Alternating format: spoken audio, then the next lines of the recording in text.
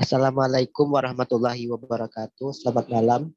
Kami dari mahasiswa dari Universitas Negeri Medan, jurusan Pendidikan Geografi, Fakultas Ilmu Sosial, tahun ajaran 2021. Kami akan presentasikan mata kuliah PPD dengan materi perkembangan fisik. Sebelum mempresentasikan materi kami, hendaklah kami akan memperkenalkan diri kami masing-masing. Saya Iqbal Ilvaldo sekaligus moderator. Saya Andi Violin sebagai penyaji. Saya Fitri Rahmadani sebagai penyaji. Baiklah, materi pertama akan dibacakan oleh Yunda. Kepada saudari Yunda dipersilakan. Baiklah, saya akan memperjelaskan apa itu perkembangan fisik. Perkembangan fisik merupakan suatu perubahan yang terjadi pada fisik manusia. Pada anak usia dasar meliputi pertumbuhan tinggi dan perubahan proporsi atau perbandingan antar bagian tubuh, pertumbuhan tulang, gigi, otot, dan lemak. Pertumbuhan yang terjadi pada diri seorang anak yang melibatkan perkembangan otak dan saraf atau dengan kata lain bisa disebut dengan perkembangan psikologis.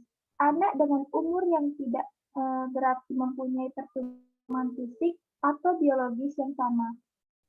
Anak perempuan laki-laki juga tidak berarti mempunyai pertumbuhan dan perkembangan fisik yang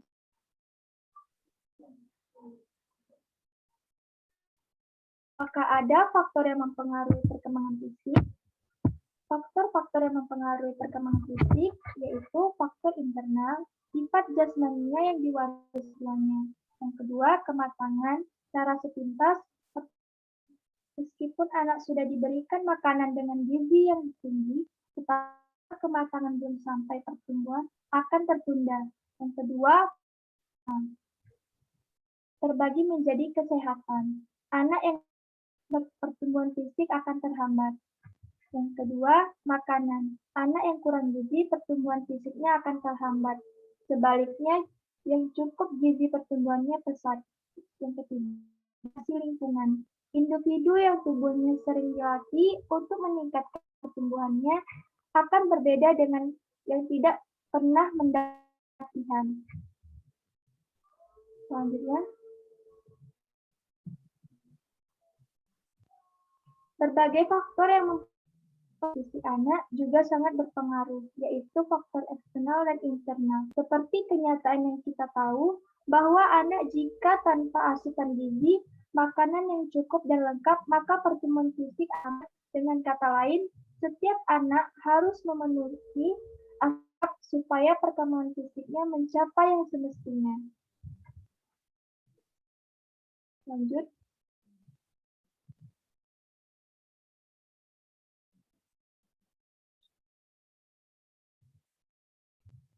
Baik, saya tambahin mengenai materi ini. Jadi, faktor-faktor yang mempengaruhi perkembangan fisik anak itu terbagi menjadi dua, yaitu faktor internal dan faktor eksternal.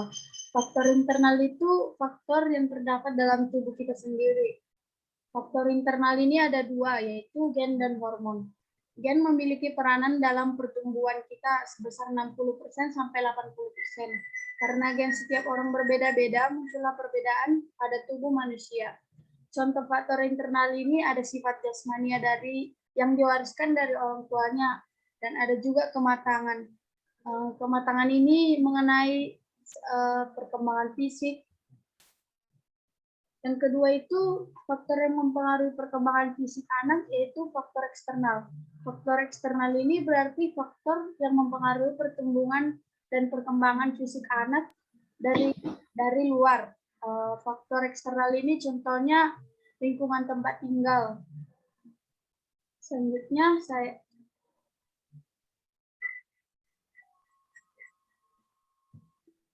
adapun karakteristik perkembangan fisik itu seperti salah satu ciri kegiatan belajar mengajar adalah terjadinya interaksi antara guru dan siswa. Masing-masing memiliki tugas dan saling mendukung. Siswa bertugas sebagai belajar dan guru bertugas untuk mendampingi siswa dalam belajar. Dalam kegiatan belajar, siswa diharapkan mencapai tujuan pembelajaran tertentu yang meliputi tujuan umum dan tujuan khusus. Sesuai orientasi baru pendidikan, siswa menjadi pusat terjadinya proses belajar mengajar atau student center. Maka standar keberhasilan proses belajar mengajar itu tergantung kepada tingkat pencapaian pengetahuan, keterampilan, dan afeksi oleh siswa. Oleh karenanya, guru sebagai pendesain pembelajaran sudah seharusnya mempertimbangkan karakteristik siswa baik sebagai individu maupun kelompok. Memahami heterogenitas siswa atau keberagaman siswa berarti menerima apa adanya mereka dan merencanakan pembelajaran sesuai keadaan. Program pembelajaran di sekolah dasar akan berlangsung efektif jika sesuai dengan karakteristik belajar siswa. Menurut Smaldino dan kawan-kawannya mengemukakan bahwa ada 4 faktor penting yang diperhatikan dalam menganalisis karakteristik siswa, seperti karakteristik umum, kompetensi atau kemampuan awal, gaya belajar, motivasi.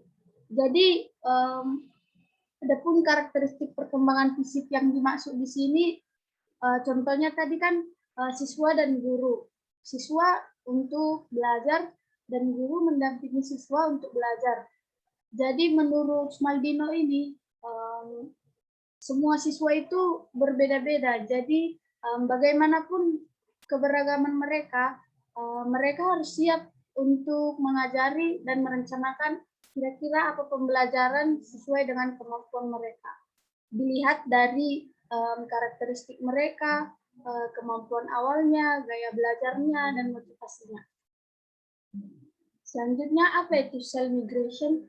Migration cell adalah proses sentral dalam pengembangan dan pemeliharaan organisme multiseluler. Pembentukan jaringan selama pembentukan embrionik, penyembuhan luka, dan respon imun semuanya membutuhkan pergerakan sel yang diatur dalam arah tertentu ke lokasi tertentu. Sel sering bermigrasi sebagai respon terhadap sinyal eksternal tertentu, termasuk sinyal kimia dan sinyal mekanis. Kesalahan selama proses ini memiliki konsekuensi serius, termasuk cacat intelektual, penyakit pembuluh darah, pembentukan tumor, dan metastasis. Pemahaman tentang mekanisme di mana sel bermigrasi dapat mengarah pada pengembangan strategi terapi untuk baru untuk mengendalikan.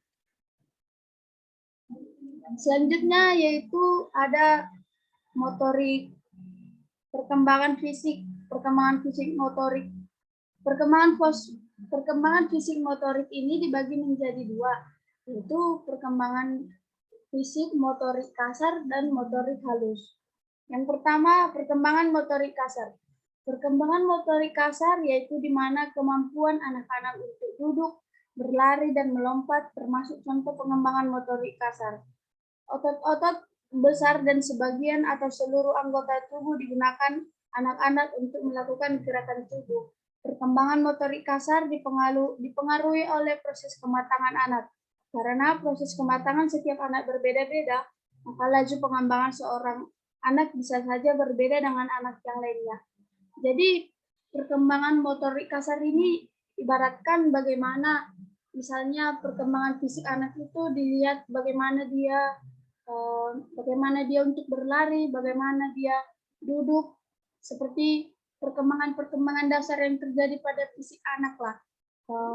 Selanjutnya yaitu perkembangan motorik halus. Perkembangan motorik halus merupakan perkembangan gerakan anak yang menggunakan otot-otot kecil atau sebagian anggota tubuh tertentu. Perkembangan pada aspek ini dipengaruhi oleh kesempatan anak untuk belajar dan berlatih. Jadi pada tahap selanjutnya ini perkembangan motorik halus ini di mana anak sudah belajar untuk bagaimana dia menulis, bagaimana menggunting, bagaimana dia menyusun balok-balok. Seperti itulah contoh dari perkembangan motorik halus. Selanjutnya saya serahkan kepada moderator.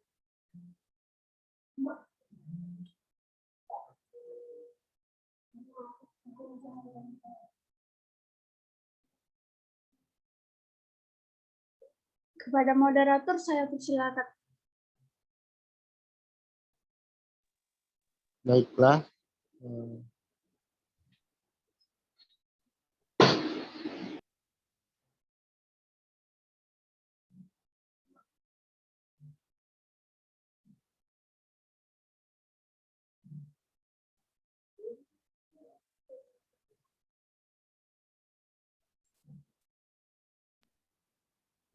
Baiklah, saya akan bacakan presentasi kami yang materinya adalah apa yang lebih dahulu dialami oleh anak antara motorik kasar atau halus. Dalam perkembangannya, motorik kasar berkembang lebih dahulu daripada motorik halus. Hal ini dapat terlihat saat anak sudah menggunakan otot-otot kakinya untuk berjalan sebelum ia dapat mengontrol tangan dan jari-jarinya untuk menggunting dan meronse. Selanjutnya,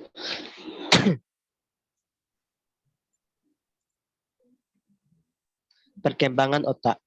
Pada dasarnya, sistem perkembangan otak merupakan sebuah interaksi yang sangat kompleks antara faktor genetik dan stimulasi dari lingkungan. Pengalaman yang diperoleh oleh anak dari interaksi dengan lingkungannya akan menstimulasi terbentuknya hubungan-hubungan yang kompleks antara sel-sel saraf dan antar bagian-bagian otak atau sinaps sehingga dengan berjalannya waktu, anak akan mampu mengerti dan melaksanakan aktivitas yang semakin kompleks. Perkembangan otak masa kanak-kanak ada 3 tahapan. Mulai dari otak primitif atau action brain, otak limbik atau feeling brain, dan akhirnya ke neocortex atau thought brain. Otak primitif mengatur fisik untuk bertahan hidup, mengelola gerakan refleks, mengendalikan gerak motorik, memantau fungsi tubuh, dan memproses informasi yang masuk dari penginderaan. Otak limbik memproses emosi dan sebagai penghubung otak pikir dan otak primitif. Sedangkan otak pikir yang merupakan bagian otak yang saling objektif menerima masukan dari otak primitif dan otak limbik. Namun ia butuh waktu lebih banyak untuk memproses informasi dari otak primitif dan otak limbik.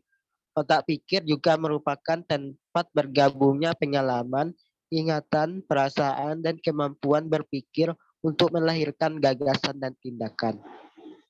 Slide selanjutnya. Baik, saya tambahkan Terima kasih. kesimpulan.